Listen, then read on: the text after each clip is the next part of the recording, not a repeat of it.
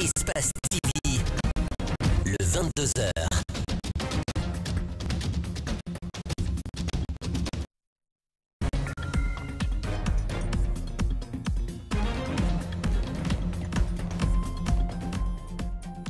Il est 22h, vous nous regardez à Kouria, c'est à Koya, mais aussi dans le Somouria Fria. Merci de nous préférer. Bonsoir et bienvenue dans cette édition d'information dont voici le sommaire. À l'enseignement technique et professionnel, les évaluations de fin de cycle devront servir la communauté. C'est l'approche du ministre Alpha Bakarda Bari. C'est une première en Guinée, mais concrètement, il s'agira de quoi? Nous avons essayé de comprendre.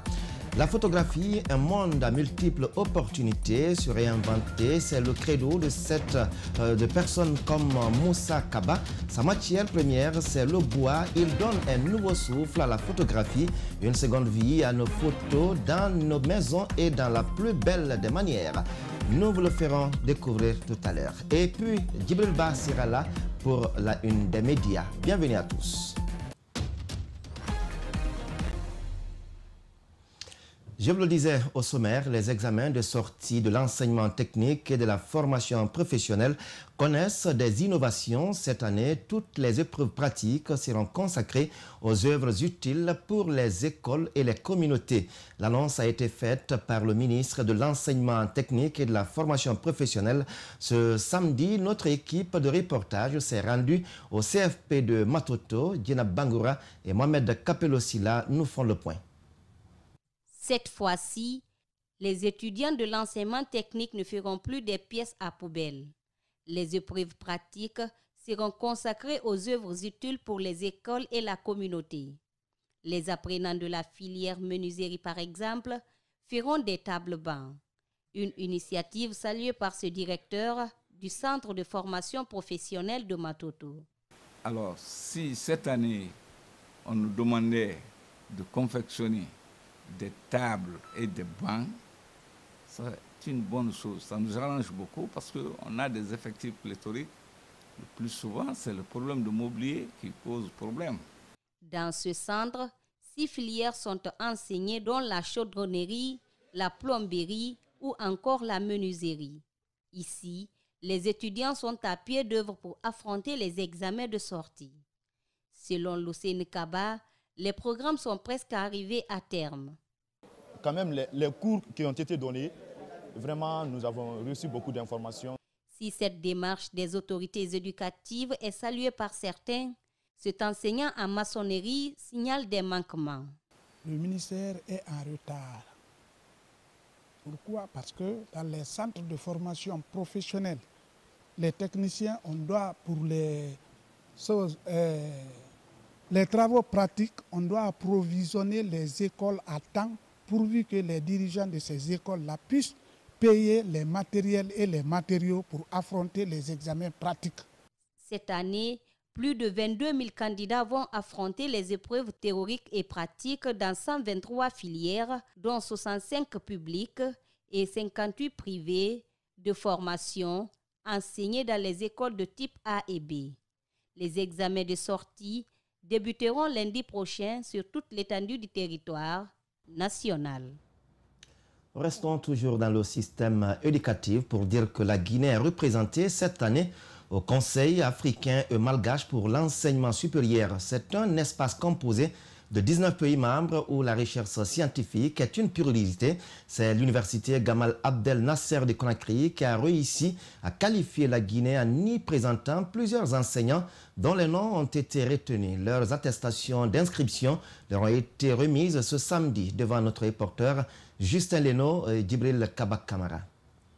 À l'université Gamal Abdel Nasser de Conakry, nous assistons à la remise des attestations d'inscription au Conseil africain et malgache pour l'enseignement supérieur. 15 candidats sont retenus pour la Guinée, tous venus de l'université Gamal. C'est la première fois depuis que les Guinéens participent soit au concours d'agrégation ou à l'inscription aux différents CTS qu'il y a une remise officielle au sein de notre université. Le Conseil africain et malgache pour l'enseignement supérieur a pour mission de coordonner les systèmes d'enseignement supérieur de la recherche scientifique afin d'harmoniser les programmes et les niveaux de recrutement dans les différents établissements des pays membres. La Guinée est fière d'y être. Un vivier d'enseignants qualifiés, un vivier d'enseignants qui rentrent dans la compétition internationale avec des qualifications qui leur permettent de se mesurer à leurs collègues enseignants de d'autres universités. Ça représente pour l'université Gamal Abdel Nasser particulièrement des enseignements de qualité reposant sur un canevas d'enseignement appliqué dans les autres universités de l'espace CAMES. Certains de ces enseignants sont inscrits en qualité de maîtres assistants et d'autres en anesthésie et réanimation. Ba Oumouhawa est la seule femme inscrite pour la Guinée. Elle est de la spécialité gynécologie obstétrique. C'est une satisfaction d'être à ce niveau où nous sommes parce qu'il y a eu vraiment des moments et un long parcours, un long processus. Une fois inscrit au Conseil africain et malgache pour l'enseignement supérieur, on devient enseignant international capable de servir dans l'espace CAMES, une institution africaine créée en 1968.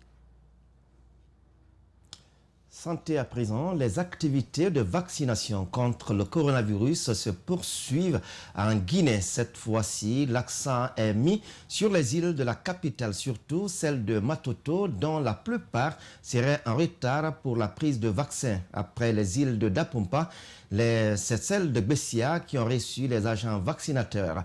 Ali Badara Kamara et Abdoulaye Kamara de retour des îles de Bessia.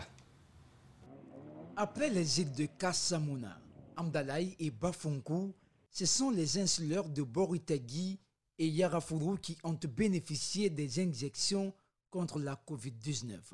Sur cette île, quelques insulaires ont été déjà vaccinés. C'est une communauté que je reçois souvent à Bessia Port 2, au centre de santé de Bessia Port 2, pour diverses maladies. Donc, on a pensé à eux pour les protéger contre la maladie.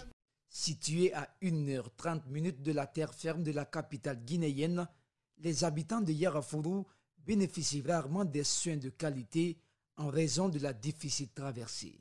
C'est la deuxième fois que je sois vaccinée. Je pense que je suis à l'abri.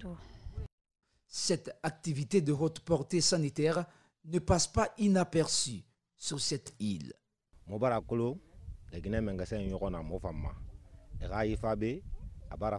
avons compris que les autorités pensent aux habitants de Yarafuru.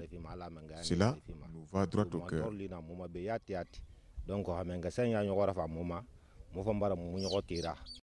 Pour les candidats à la première dose, la directrice communale de la santé de Matoto promet de revenir afin d'administrer la deuxième dose de vaccin Pfizer. Les habitants du quartier Kissibou, dans la commune urbaine de Massanta, souffrent le martyre à cause du manque d'eau potable. Dans ce quartier situé en pleine ville de Massanta, aucune adduction d'eau. Ces habitants utilisent l'eau provenant d'une source avec tout le risque de santé que cela comporte. Les démarches pour obtenir un point d'eau sont jusqu'ici restées vaines. André Mossier, Milimouno et Aliouba signent ce reportage. Anyola Sandouno vit dans ce quartier depuis plus de 30 ans. Elle et sa famille n'ont jamais utilisé d'eau potable depuis qu'elles y vivent. L'eau qu'elles boivent provient d'une source située à environ 2 km d'ici. Anyola et d'autres femmes du quartier se servent de cette eau pour les travaux domestiques également. La source n'est ni sécurisée ni aménagée, donc exposée à tout déchet. Depuis que nous sommes dans ce quartier, c'est cette eau que nous buvons. Nous l'utilisons aussi pour nos travaux. Que ce soit en saison sèche ou en période de pluie, c'est ici que nous venons chercher de l'eau. Un véritable calvaire dont vivent ces populations. Leur santé se dégrade de jour en jour. Il y a les gens qui chient dans la forêt que vous voyez là. Toute la forêt là. Tous les jours du ruissellement là, ça descend dans ce milieu là. Des enfants, même les grands, on est tous malades ici. Pourtant, le quartier est situé en plein cœur de la ville de Massanta, chose que ces citoyens ne comprennent pas. Ils disent avoir entrepris plusieurs démarches pour l'obtention d'un point d'eau digne de nom, en vain. Il fut un moment, des gens sont venus prendre de l'argent avec nous pour installer un forage dans le quartier. Depuis lors, nous n'avons vu ni eau ni notre argent. Leur souhait, c'est de mettre fin à ce mal qui les tue à petit feu. De tels lieux, et en pleine ville comme ça, ce n'est même pas dans les petits villages, c'est vraiment la première fois que je trouve dans un lieu comme Massanta. Alors vraiment, je demande aux autorités de nous venir en aide. Pour l'heure, Anne-Yola et sa famille continuent d'utiliser cette eau avec toutes ses conséquences sanitaires, espérant voir un jour de l'eau potable couler d'un robinet dans ce quartier. De Massanta, direction Mamon, les autorités préfectorales et régionales passent à la vitesse supérieure dans le dégagement des encombrants physiques aux abords des routes principales. Le bulldozer affrété à cet effet est entré en action dans la matinée de ce vendredi. C'est le quartier Petel et une partie d'Almamia et Boulbinet qui ont constitué les premières étapes de cette opération. Tcherno Amadou Bari depuis Mamon. C'est la suite logique de plusieurs jours d'identification et de marquage des encombrants physiques le long de la route nationale numéro 1 qui traverse le centre-ville de Mamon. Et donc, à l'image de plusieurs villes du pays, la machine affrétée par les autorités de Mamon est entrée en action vendredi matin. Première étape, l'axe Boulbinet conservé rue Pétel.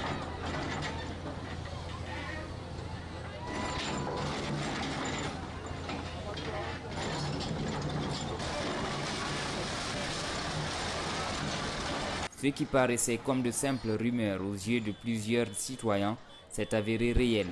La destruction a effectivement débuté.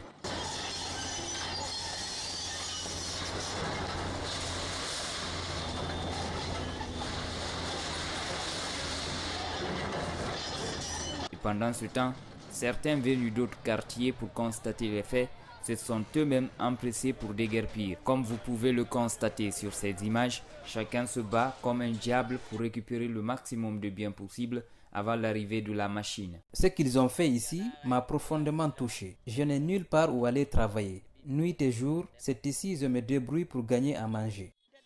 C'est ici nous revendons. Ils sont venus nous mélanger. Ce qu'ils sont en train de faire, ce n'est pas... Mais, comme c'est Dieu qui contrôle tout, nous nous en remettons à lui. Avant le démarrage de ces opérations, plusieurs réunions ont eu lieu entre les différentes autorités de la ville.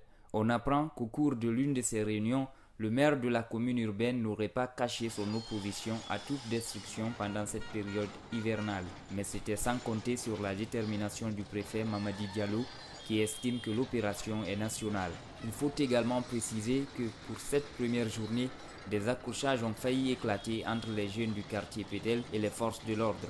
Ces derniers ont même fait usage de gaz lacrymogène et procédé à une dizaine d'interpellations. Je vous le disais au sommaire, la photographie à l'heure du temps, du noir au blanc en passant par la couleur jusqu'au numérique, les professionnels tentent autant que peut se faire de s'adapter à vivre de ce métier. C'est le cas de Moussa Kaba que vous allez découvrir dans ce reportage. De la forme classique à la forme moderne, il imprime son style. C'est là au grand étonnement de ses clients et des passionnés de la photographie. Images et témoignages d'Ibril Ba Abdoulaye Kamara. Face à l'avancée technologique, Kaba s'est fait une idée de la photographie. Contrairement à la forme classique, le cadre de la photo à base plastique, le cadre en vitre, il a préféré, lui, une photo à base de bois. Fixée au mur, elle donne une vue luxuriante. Quand c'est nouveau, ça intéresse. Il y a 2 ans là-dedans, on a commencé avec les cadres simples. Ils aimaient. Je vous dis, c'est un produit, les 95% des clients apprécient. J'ai tout le temps des retombées dans mon téléphone, des appréciations des clients. Pour un chiffre d'affaires de 10 millions de francs guinéens par an, les commandes de ce type de cadre photographique ne finissent pas. Alors que Kaba, au début, toutes ses activités étaient essentiellement axées sur l'impression. Vers l'immortalisation de la photo, il imprime sa marque. On a essayé avec le temps de réfléchir. Au fur et à mesure, on a commencé avec un modèle, mais maintenant, là, on ne se retrouve pas avec ce modèle. On ne revient pas sur un modèle qu'on a déjà produit. Tout le temps, on fait des modèles pour pouvoir changer la donne. Sur les réseaux sociaux, les internautes s'émerveillent d'une autre façon de faire la photo. Dans son studio, nous rencontrons une cliente qui a découvert les merveilles de Kaba. Je trouve vraiment qu'il fait un bon travail, un travail excellent. J'ai vu ça, ces photos dans les salons de mes amis, mais j'ai vraiment apprécié. À travers là, ils m'ont donné la page, le nom de la page sur Facebook. J'ai cliqué, vraiment, j'ai adoré ce que j'ai vu dedans. Donc aujourd'hui, je me suis dit, je vais venir aussi m'en procurer d'autres. Je suis venue commander 4. Ouais, 4, oui, bien sûr. Parce que je ne doute pas du travail. Dans de nombreuses concessions comme celle-là, ces cadres photographiques ne passent pas à l'abri de l'égard. Une étape franchie, mais Kaba devra faire face à des difficultés, notamment des photos qu'il reçoit des clients souvent dégradés ou mal prises, des ressources financières pour exister et le coût de la matière première importée en Chine. Un autre jeune, lui, il est diplômé sans emploi de la 53e promotion de l'Institut supérieur des mines et géologie de Bokeh. Il évolue depuis 2 ans dans l'entrepreneuriat. Il a créé une entreprise dénommée FEB, entendez la ferme écologique de Bokeh. Il élève des lapins, il reste confronté à plusieurs difficultés, mais il ne compte pas baisser les bras. Reportage Aïssatou Kesso Diallo depuis Bokeh. Âgé d'une trentaine d'années, Fodenabé est titulaire d'un diplôme en génie, traitement et métallurgie à l'Institut supérieur des mines et géologie de Bokeh. Dès après ses études, ce jeune a lancé sa propre entreprise. Il a mis en place une ferme où il élève des lapins et pratique d'autres formes d'élevage, l'aquaponie et l'hydroponie. Je me concentre beaucoup dans l'entrepreneuriat au lieu d'être employé. Donc aujourd'hui, raison pour laquelle je me bats afin de trouver mon droit et le temps de faire développer ce que je suis en train de faire. Au départ, ce jeune évolue avec ses camarades de promotion et certains du quartier. Mais la recrudescence des cas de vol des petits animaux a freiné leur activité. Fidèle à ses ambitions, il décide finalement de transférer sa ferme à domicile pour continuer à protéger ses lapins. À un moment donné, on avait des dizaines, des milliers même d'alevins avec nous. Donc quand ils ont eu à voler les lapins, je n'ai pas les moyens, raison pour laquelle j'ai commencé maintenant à garder les lapins dans ma chambre pour ne pas que les autres arrivent maintenant à voler ce que je suis en train de développer. Après cette atroce éventualité, Fodenabé a construit des cases pour permettre à ces lapins de se développer. Avec une seule tête au départ, aujourd'hui il compte plus de 100 têtes dans sa ferme. Des difficultés demeurent cependant. C'est la construction de l'hangar qui joue aussi sur nous, car je passe la nuit avec les lapins 2 fois. L'odeur, ça me fatigue, mais je suis obligé de faire. Si certains cherchent des engrais chimiques pour cultiver, ce passionné de l'élevage apporte quelques pistes de solutions pour aider les cultivateurs avec les engrais organiques que ces animaux produisent. Avec les déchets, vous pouvez l'utiliser comme engrais pour l'agriculture. Ça peut être utilisé comme les gaz à la maison, les butans, les gaz flammables, ainsi de suite. Mon quartier propre, une campagne de sensibilisation initiée par Enabel dans son programme Sanita Ville Propre. Ce samedi, ses membres et le maire ont sillonné les foyers de la commune de Matam. L'objectif est de les amener à s'abonner au PME pour gagner le pari de la salubrité. Fatoumata Bintabari commente les images de Ibrahima Souri 5 Souma. L'objectif de cette sensibilisation est de conscientiser les habitants de Ratoma sur l'impact des ordures sur l'environnement. Ceci pour les amener à s'abonner au PME, premier maillon de la gestion des déchets. Nous avons aujourd'hui des infrastructures clés de gestion des déchets, des PME qui sont formées et qui sont outillées afin de répondre aux services efficaces de gestion des déchets. Et donc l'idée à présent, c'est que les populations, elles aussi, s'engagent à s'abonner aux PME, à respecter les règles d'hygiène pour une ville propre. Mon quartier propre se tient souvent dans différents quartiers de la capitale.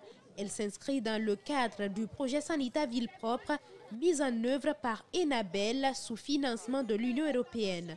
Son ambassadeur fait une invite. Abonnez-vous par PV. On voit que la situation sera quittée en Guinée. Parce que pourquoi ça va le protéger.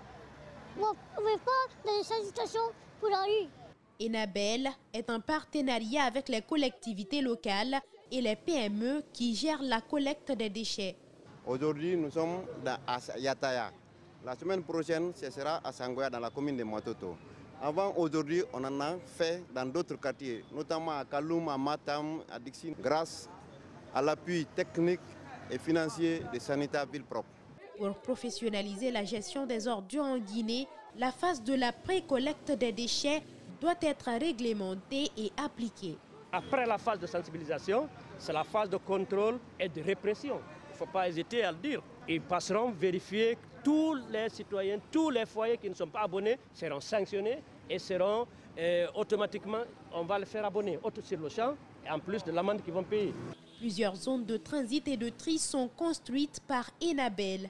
Cela facilite la chaîne de pré-collecte, de collecte et de transport des déchets à la décharge. Un mort, 12 blessés, dont 4 graves et d'importants dégâts matériels. Triste bilan d'un accident de la circulation survenu vendredi soir sur la nationale Kankan-Kouroussa.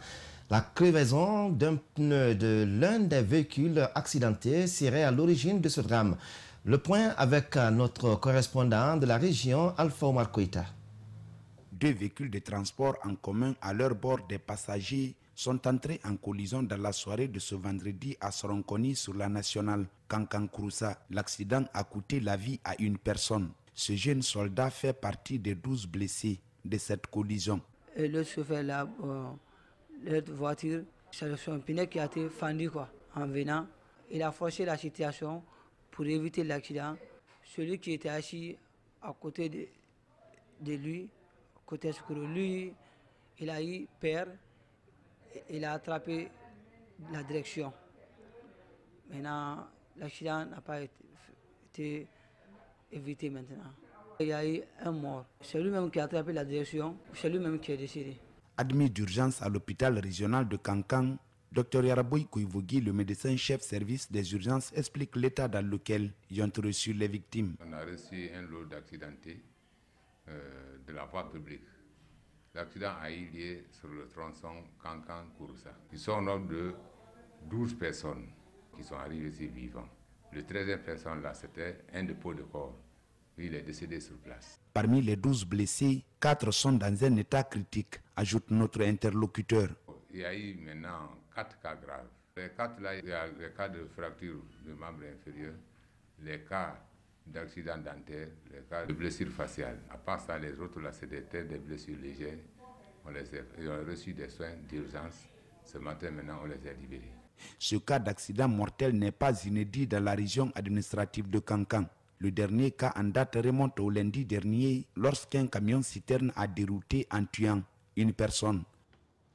C'est aussi rare qu'il faille le noter, un journaliste nommé ambassadeur de la paix. La cérémonie s'est déroulée ce samedi en présence de plusieurs autorités. Noan Kouyaté, puisqu'il s'agit de lui, promet d'honorer la confiance placée en sa personne. Il assure également s'impliquer dans la sensibilisation des citoyens en cette période de transition. Alcéni Bari commente les images de Yacouba Traoré. L'Afrique a ses valeurs et des traditions inébranlables. Ici, une cérémonie de couronnement d'un chevalier de la paix ou encore ambassadeur de la paix. Il s'agit de Noan Kouyaté. La mission de ce journaliste va consister à sensibiliser pour l'unité et la solidarité des Guinéens en cette période de transition.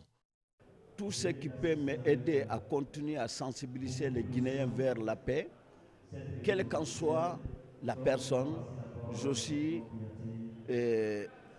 content, très content. Nous sommes en transition. Et cette transition, chaque Guinéen est condamné à sa réussite. Nous devons tout faire pour que cette transition réussisse, car il dépend de nos vies quotidiennes, il dépend de notre sécurité, il dépend de la nation guinéenne. Le récipiendaire se dit satisfait de la confiance placée en lui et promet une forte implication.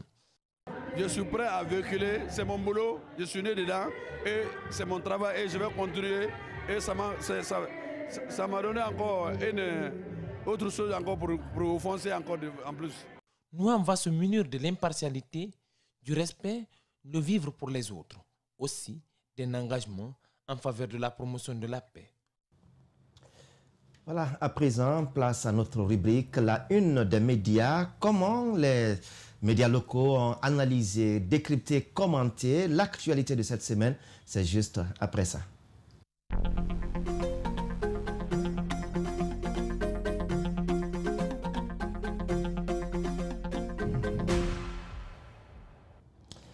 À la une des médias, il est sur ce plateau. Djibril Ba, bonsoir. Bonsoir David. Merci encore d'être là ce soir. Le prix du carburant à la hausse, la route, le prince s'échauffe.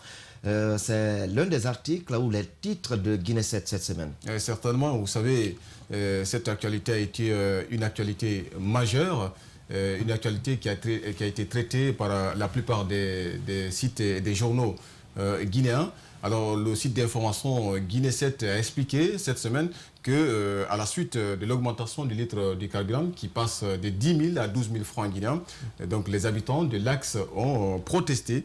L'Axe a été pris d'assaut. Les barricades ont été érigées à plusieurs endroits, notamment à Bambeto, où des manifestations sporadiques ont perturbé la circulation. Au marché de Koloma, on peut même constater que des boutiques et magasins sont fermés. Cette actualité, il faut le dire encore une fois, n'a pas laissé de marbre le site d'information convergence-gn.com qui d'habitude traite des sujets économiques. Alors le site d'information a précisé que des tirs nourris ont continué toute la nuit à Amdalaï, plongeant les riverains dans une peur indescriptible. Alors le site d'information convergence-gn.com a continué à expliquer pour dire que cette manifestation s'est soldée par une victime qui aurait été atteinte par balle lors des accrochages entre des jeunes manifestants et les forces de l'ordre.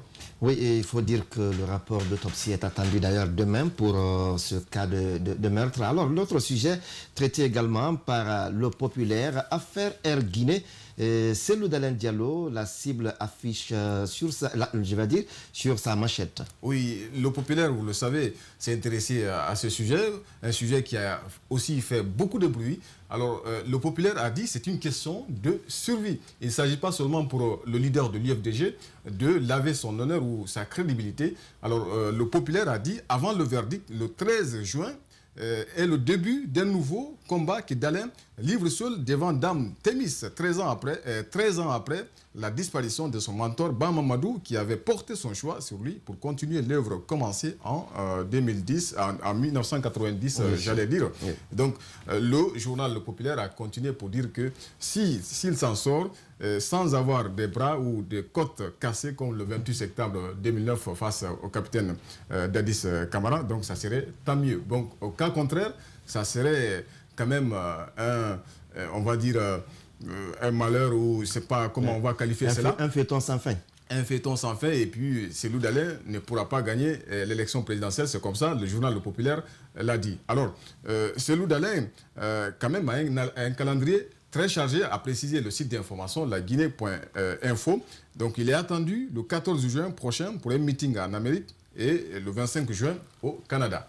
Alors, le camp béanzin de Nzérékoré, le ministre Idi Amin, en verve face au Bidas, écrit le lynx.net, le site satirique.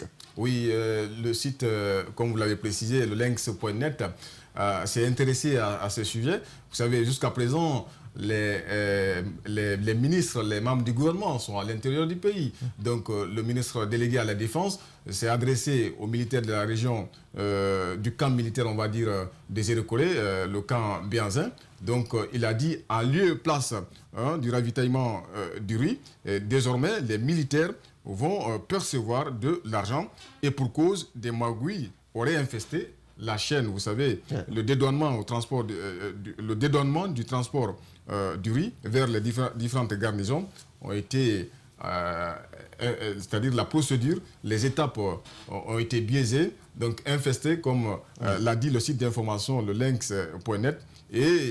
Parce que le coût, il faut le dire, qui est estimé à près de 14 milliards de francs guinéens. Eh bien, et donc il y a le journal L'Aigle Info qui a, en tout cas, s'est intéressé aussi à cette intervention du ministre délégué à la Défense. Et donc, dans ses colonnes, le journal L'Aigle Info a précisé que la quantité perçue est 10 fois inférieure à la quantité reçue. Et l'Aigle Info a conclu pour dire que le ministre délégué à la Défense a parlé d'autres réformes, notamment l'uniformisation des tenues militaires et l'augmentation de leur solde à 25%. Pour terminer avec vous, Djibril Ba, les premières pluies, encore des inquiétudes dans les foyers. C'est l'analyse faite par le quotidien Auréa cette semaine. Oui, vous savez, tout le monde est focalisé sur l'actualité politique, donc je me suis hasardé à regarder dans les colonnes du quotidien, le Auréa. Je suis tombé sur cet article-là. Alors, le journal, quand même, a analysé pour dire que, attention, c'est la saison des pluies, donc il faut prendre des précautions. Et dans les colonnes de l'article, je vois que l'auteur de l'article dit plutôt que cette saison des pluies peut provoquer des dégâts, et puis qui sont souvent accompagnés par des pertes en vies humaines. Et les pluies torrentielles provoquent des inondations, décoiffent des bâtiments et endommagent des zones d'habitation entières en raison de l'afflux et de l'accumulation d'eau en surface. Et donc, le journal Auréa, le quotidien, a demandé aux autorités, à l'État, de prendre des dispositions, parce que vous n'êtes pas sans savoir, récemment, il y a eu des cas de mort suite à une inondation. Donc, le journal Auréa a conclu pour dire qu'il faut que l'État prenne des dispositions pour éviter des constructions anarchiques un peu partout. Et ça nous permettra de ne pas revivre des cas d'inondation qui sont vraiment dramatiques.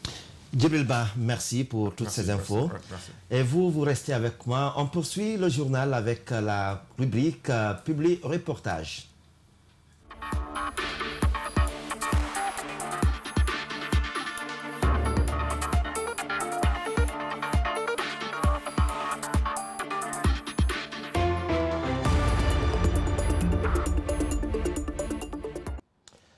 Campus Atlas, en compagnie de son partenaire principal, le PNUD, a organisé à Conakry ce samedi la 2e édition de son concours scolaire dénommé Jeunes Talents. Une dizaine d'écoles participent à cette compétition. Remise des diplômes ce samedi à la première promotion des sciences infirmières, obstétricales et paramédicales de l'université Gamal Abdel Nasser de Conakry. Pendant 3 ans, ces étudiants, près d'une centaine, ont été formés en neurochirurgie, en anesthésie et en réanimation. L'établissement Yatasai et Fils, vous en savez quelque chose certainement, à travers une visite guidée tenue à démentir les fausses allégations sur la non-disponibilité des plaques d'immatriculation dans cette entreprise. Ses membres l'ont prouvé ce vendredi à son siège. Plusieurs clients ont également témoigné en faveur de l'établissement Yatasai. La Miss Capitale 2021 Guinée, Marie-Louise Silla, est en sensibilisation sur les méfaits des grossesses non désirées. Après une première étape dans la capitale Conakry, la Miss était ce vendredi dans la préfecture de Koya. Voyez tout cela avec nos reporters.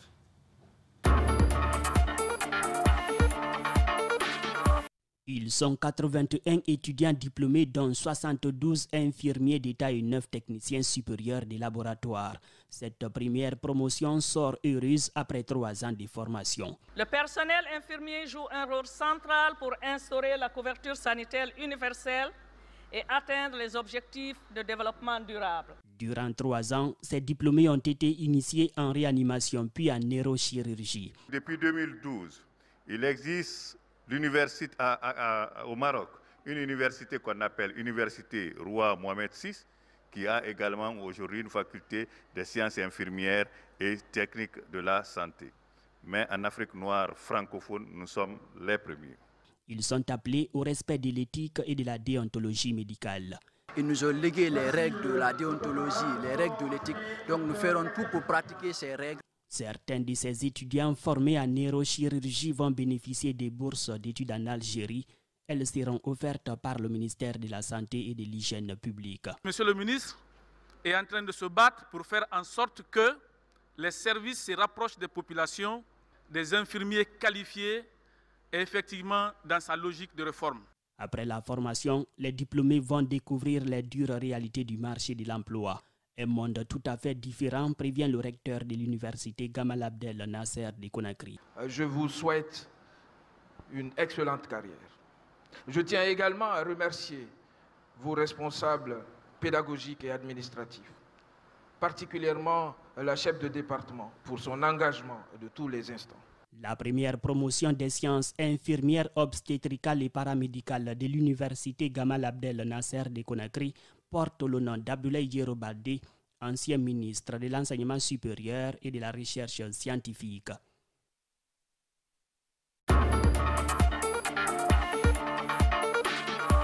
Avec preuve à l'appui, le directeur des opérations de l'établissement Yatassaye et Fils rassure de la disponibilité de 8000 plaques d'immatriculation dans son entreprise, toutes sécurisées par une application utilisée uniquement par les autorités compétentes, ce qui fait d'ailleurs leur particularité.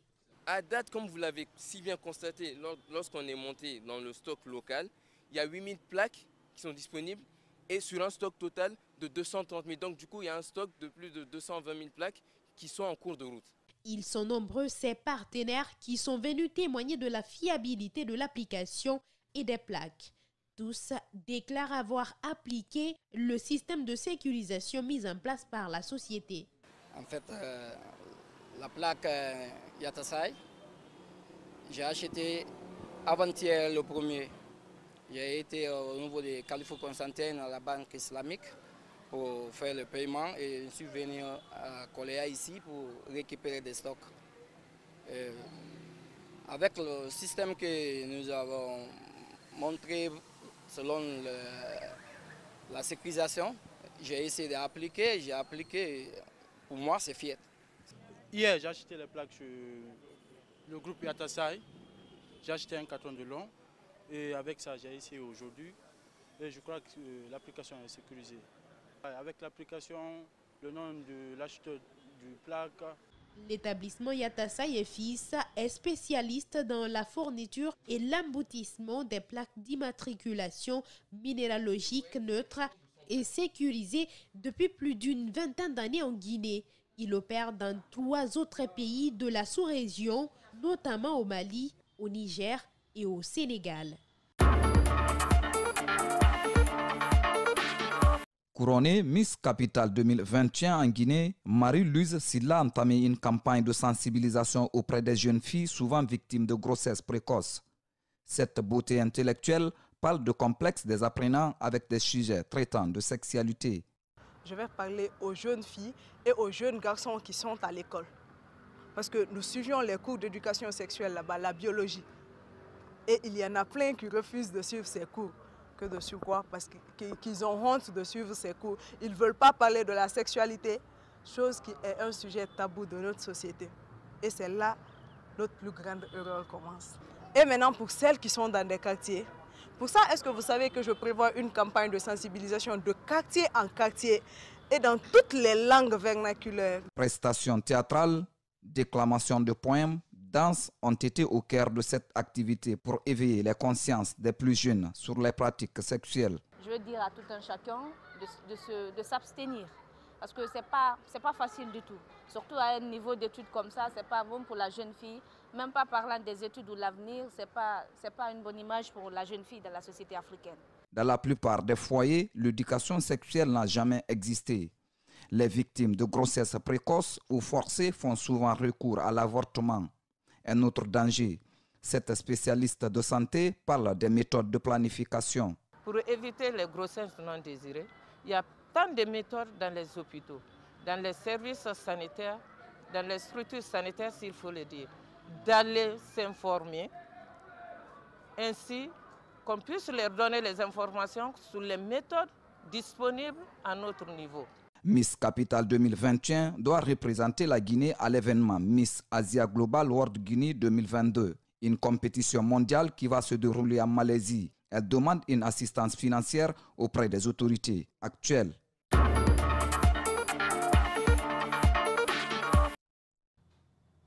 Voilà comment on se quitte au compte de cette édition d'information. Merci de votre fidélité. Lamine Sidibé m'a conduit et Pierre Baka, l'enfant de Kissidougou, a réalisé cela. Mohamed Valek Touré, merci de votre attention et au revoir.